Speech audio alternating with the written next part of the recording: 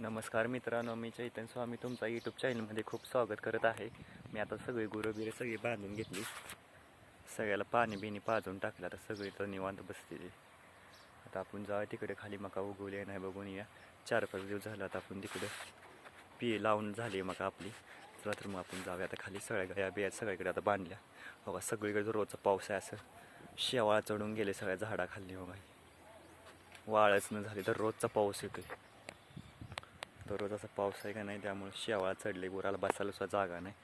आता बी सगळी बांधली ती गुरं, सगळं शेवाळा चढून हे सगळे चिक चिक चिक झाले बा गुराखाली.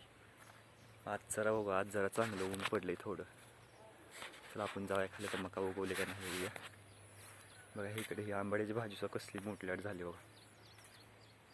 सगळी भाजी आंबाड्याची कसली मोठल्याट दिसायला लागली.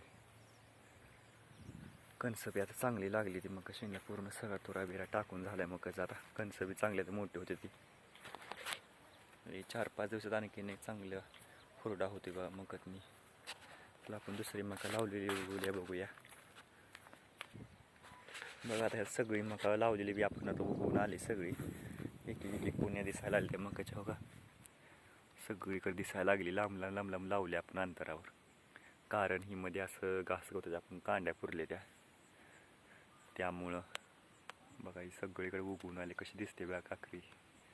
सगळीकडे चांगली दिसायला आली बघा काकरी आता मकाच्या. बघा सगळीकडे दिसायला लागले कांड्या बिंड्या पुरलेलं. आणि वर बघा कसं ऊन दिसतंय बघा, ढग कसं दिसतं, कसलं भारी दिसायला आले ते ढग बी. ऊन बी चांगलं पडले. दररोज असं पाऊसच आहे इकडं. तरच बघा आता ऊन कसलं पडलं बघा एकदम. सगळ्या गाया शिंडला आपण आता एवढं घास गवत लावलं आहे बघा. एवढं रानात सगळं घास गवत आहे, कांड्या फुरलेत आपण. कारण हिरवा चारा होते गाया शिंडला.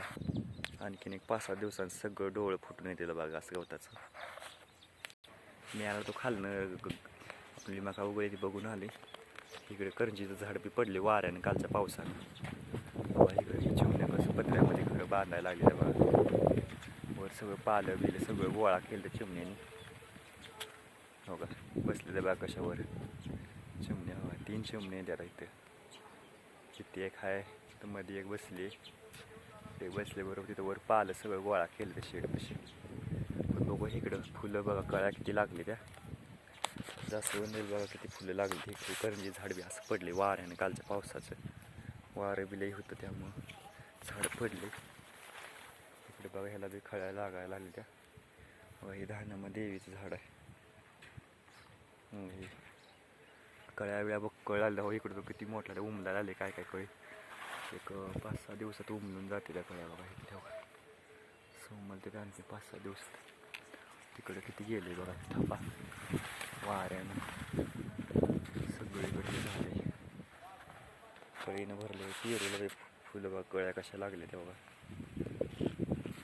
लिंबाची झाड बी हातले दाटण झाली. हातले एखादं कुठलं तर झाड काढावं लागणार आहे आपल्याला. कशी दिसायला आली. चला तर मग आपण बघा, चला मग आपण जाऊया आता घरी.